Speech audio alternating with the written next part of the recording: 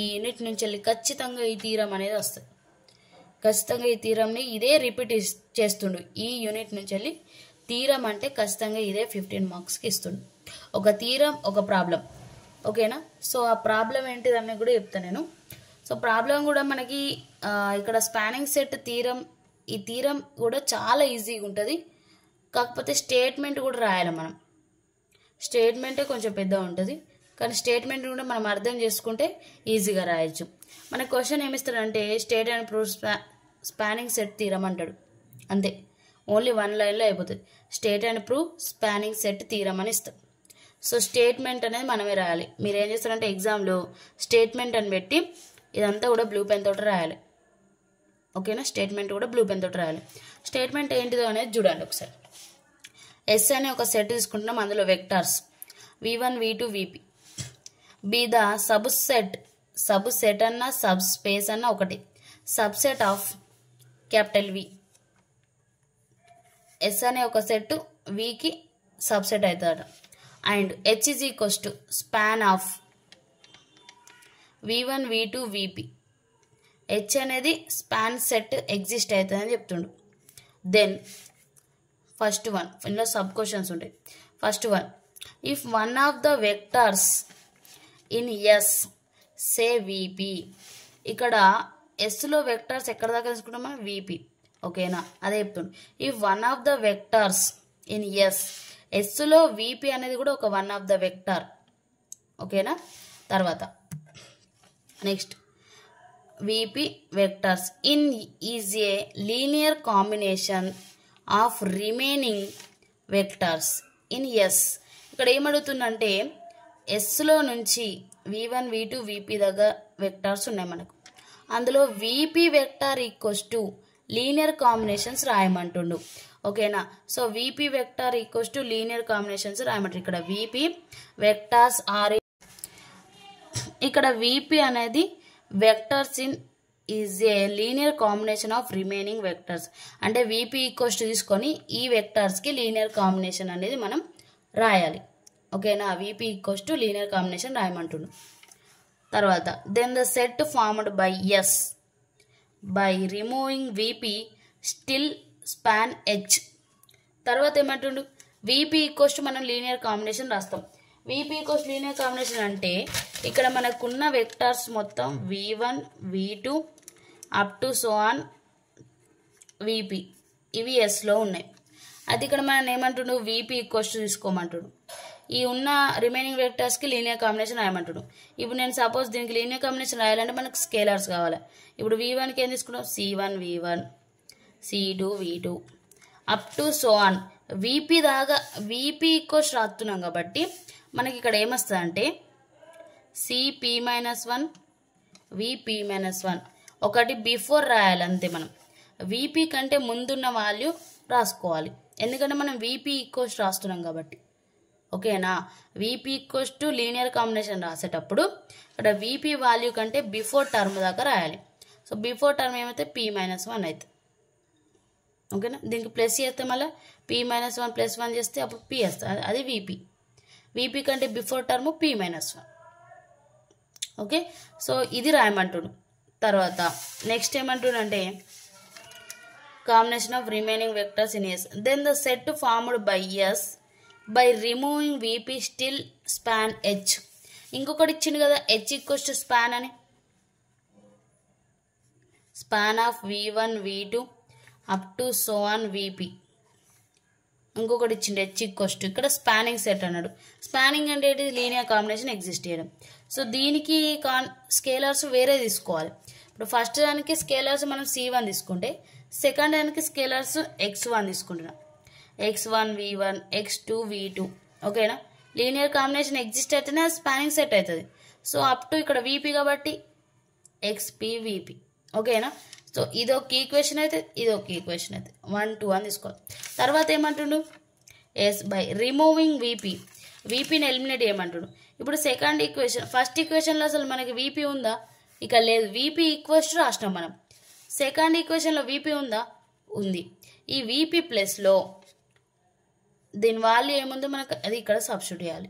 అప్పుడు vp term అనేది eliminate అయిపోతుంది, ఓకేనా. ఇదేమో స్పానింగ్ సెట్ ఆఫ్ హెచ్ యొక్క స్పానింగ్ సెట్ రాసి అందులో వీపీని ఎలిమినేట్ చేయమంటుండు.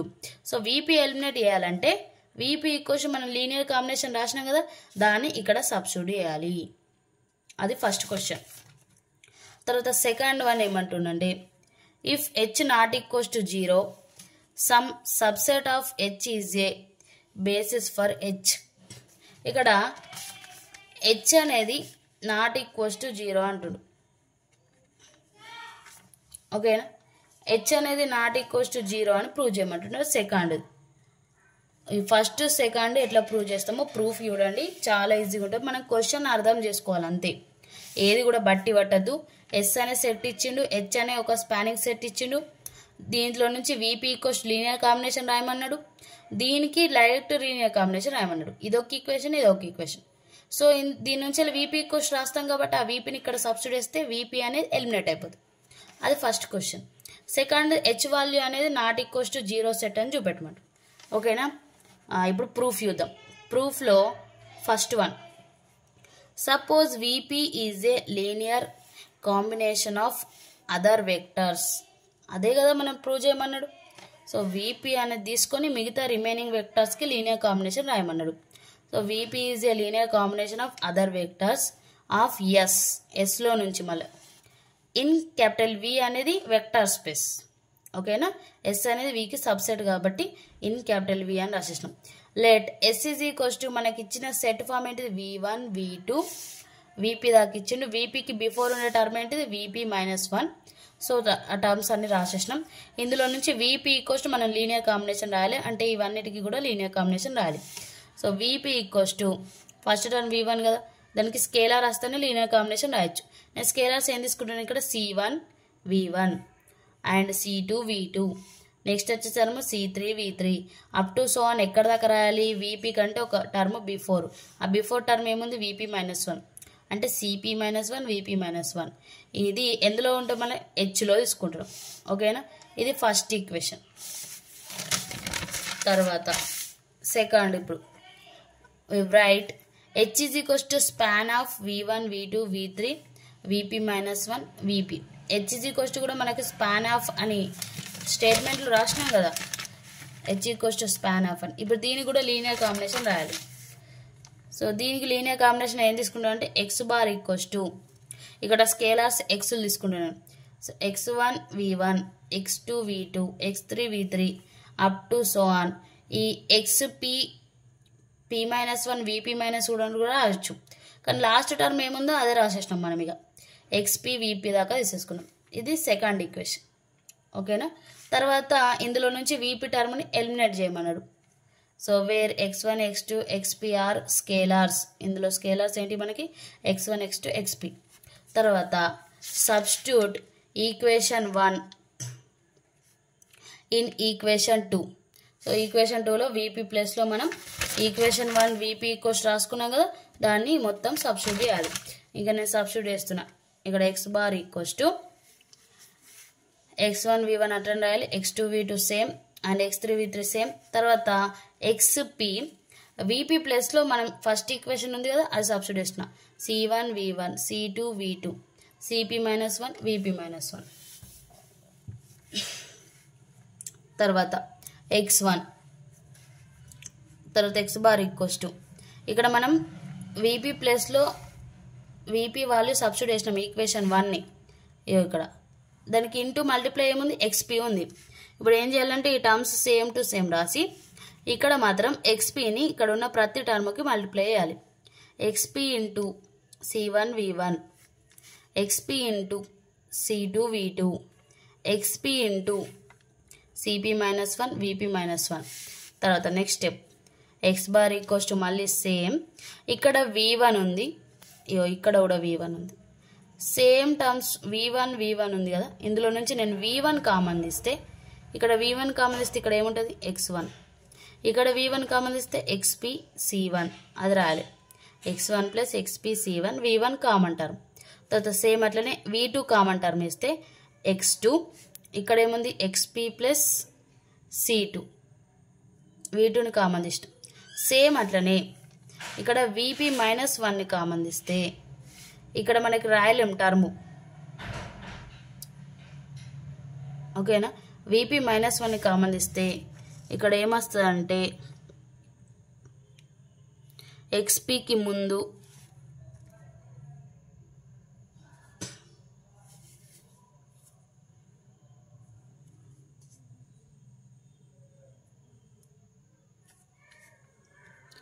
XP ఇంటూ VP -1 వస్తుంది, ఓకేనా. XP ఇంటూ VP -1 వస్తుంది ఇందులో.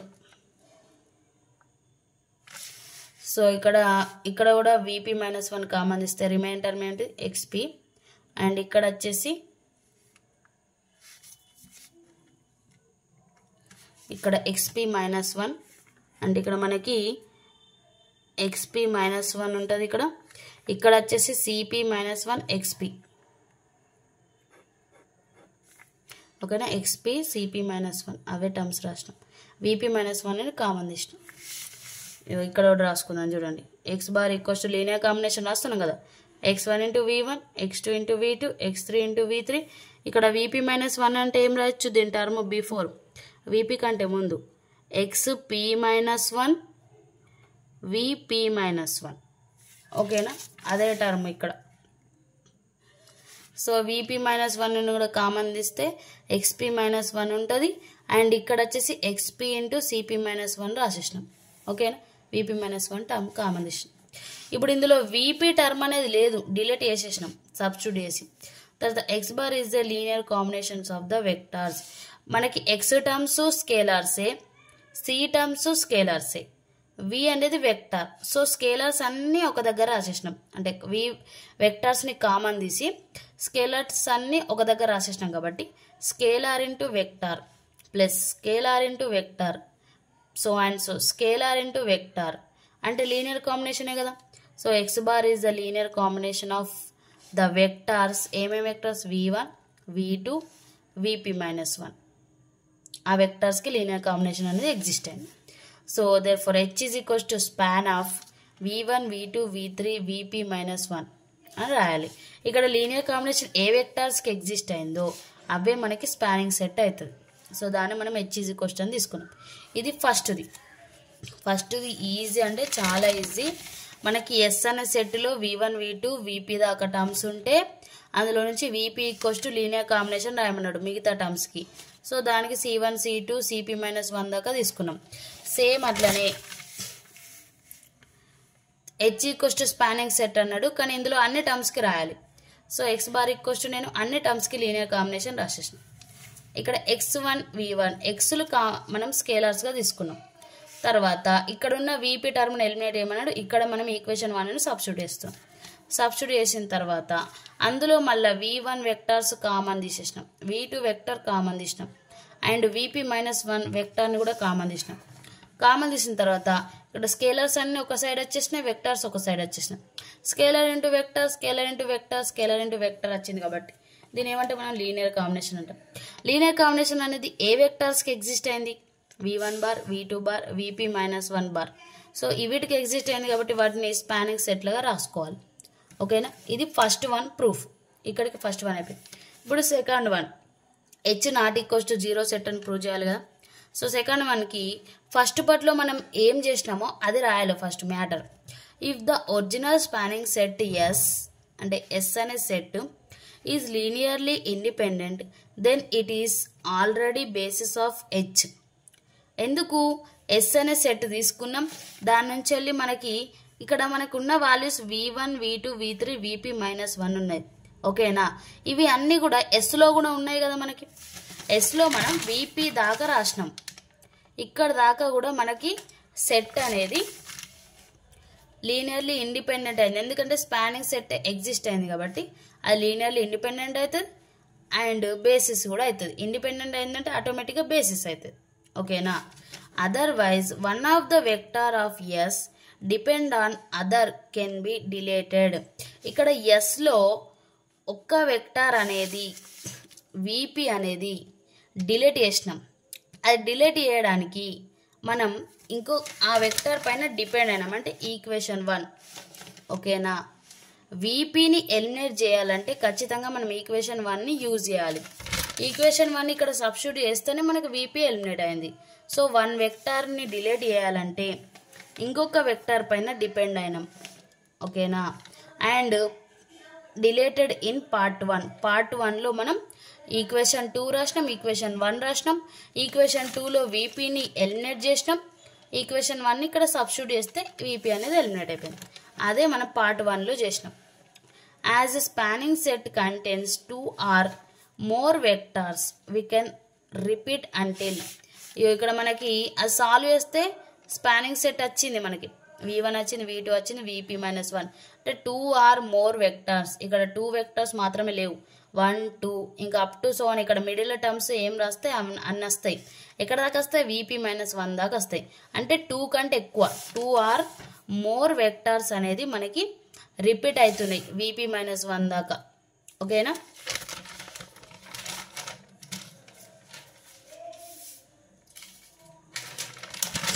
VP - 1 దాకా రిపీట్ అవుతున్నాయి.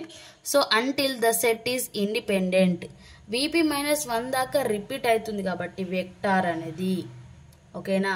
అప్పుడు అది ఏమవుతుంది, మనకి రిపీట్ అయితే టర్మ్స్ అది ఇండిపెండెంట్ అవుతుంది. Hence it forms a basis for H if the spanning set is reduced to 1 vector that will be non zero because a single non-zero vector is always linearly independent. Therefore H not equals to 0. Then if it is forms a basis. ఇక్కడ మనకి తీసుకున్న దాంట్లో H సెట్లో మనకి V1 V2 V3 VP - 1 ఉంది కదా. మనకి H equals to ఎక్కడ దాకా ఇచ్చిండు? VP దాకా ఇచ్చిండు. H ఈక్వల్స్ టు VP దాకా స్టేట్మెంట్లో రాసింది. ఇందులో మనకి ఎగ్జిస్ట్ అయిన వెక్టర్స్ ఎన్ని? VP - 1 ఎగ్జిస్ట్ అయినాయి. అంటే ఇందులో VP అనేది ఉందా? లేదు. అంటే ఇక్కడ VP - 1 దాకా ఇవన్నీ కూడా ఈక్వల్స్ టు 0 అయితే స్కేలార్స్. ఓకేనా? కానీ VP అనే టర్మ్ ఇందులో లేదు. VP టర్మ్ లేదు కాబట్టి అదేంటిది అంటుండు, ఇక్కడ నాన్ జీరో వెక్టార్ అంటుండు. VP అనే టర్మ్ని మనం ఎలిమినేట్ చేసినాం కాబట్టి VP టర్మ్ అనేది నాన్ జీరో వెక్టార్. ఒక నాన్ జీరో వెక్టార్ అనేది ఎగ్జిస్ట్ అయితే అప్పుడు ఏమవుతుంది? లీనియర్లీ ఇండిపెండెంట్ అవుతుంది ఖచ్చితంగా. అంటే మిగిలిన ఆల్ వెక్టర్స్ అనేటివి జీరోస్ అయిపోయినాయి, ఒక VP మాత్రం జీరో కాలే. సో VP వెక్టర్ అనేది జీరో కాలే కాబట్టి VP is a non zero vector. అవి నాన్ జీరో వెక్టర్ అనేది మనకి ఒక సెట్లో ఒక వెక్టార్ అనేది నాట్ ఈక్వల్స్ టు 0 అయితే అది ఆల్వేస్ ఇండిపెండెంట్ వెక్టార్ అవుతుంది. సో హెచ్లో మనకు అన్ని వాల్యూస్ 0 కాలేవు కాబట్టి H not equals to 0. Then if it is forms a basis for H. ఓకేనా? హెచ్లో VP టర్మ్ అనేది 0 కాలే, అందుకోసం అది లీనియర్లీ ఇండిపెండెంట్ వెక్టార్ అవుతుంది. సో అప్పుడు H అనేది నాట్ ఈక్వల్స్ టు 0 అవుతుంది. So it is forms a basis for H. ఇది చాలా ఇంపార్టెంట్ థీరం, పక్కా 15 మార్క్స్కి వచ్చే క్వశ్చన్. మీరు దీన్ని మాత్రం నెగ్లెక్ట్ చేయకండి. కంపల్సరీ స్టేట్మెంట్ మంచిగా అర్థం చేసుకోండి. అందులో ఏం ఫైండ్ అవుట్ చేయమంటే మనం ఏం ఫైండ్ అవుట్ చేయాలి. ఈ స్టేట్మెంట్ కూడా మీరు ఎగ్జామ్లో రాయాలి. ఈ స్టేట్మెంట్ గుర్తుపెట్టుకోండి. అండ్ స్టేట్మెంట్లో మనకు ఫస్ట్ 2 అనే సబ్ క్వశ్చన్స్ ఉంటాయి. అవి 2 సబ్ క్వశ్చన్స్ని మీరు చేయాలి. సో ఫస్ట్ సబ్ క్వశ్చన్ మీకు ఈజీగానే ఉంటుంది. మనం జస్ట్ ఈక్వేషన్ 1 ఈక్వేషన్ 2 చేసి అందులో సబ్స్టిట్యూట్ చేసినాం. తర్వాత సెకండ్ దాంట్లో కూడా మనం ఫస్ట్ దాంట్లో ఏం చేసినామో అదే మ్యాటర్ రాయాలి. అందులో VP అనేది నాట్ ఈక్వల్స్ టు 0 అయింది కాబట్టి అది లీనియర్లీ ఇండిపెండెంట్ అయితే H అనేది నాట్ ఈక్వల్స్ టు 0 అవుతుందని ప్రాసెస్ చేయండి. ఈజీగా అర్థం చేసుకోండి. క్వశ్చన్ని అర్థం చేసుకుంటే అది ఈజీ అయిపోతుంది. ఖచ్చితంగా 15 మార్క్స్కి ఈ యూనిట్ నుంచి వెళ్ళి వచ్చే థీరం స్పానింగ్ సెట్ థీరం. ఓకేనా? నేను ఇంకా ఇంత ఖచ్చితంగా చెప్తున్నా అంటే మీరు అది నెగ్లెక్ట్ మాత్రం చేయకండి. స్పానింగ్ సెట్ థీరం చాలా చాలా వెరీ వెరీ ఇంపార్టెంట్. మీరు ప్రీవియస్ పేపర్స్ ఎవరి దగ్గర ఉంటే అడగండి. ఖచ్చితంగా ఈ క్వశ్చన్ అనేది ఈ యూనిట్ నుంచి 15 మార్క్స్కి వస్తుంది. ఓకేనా?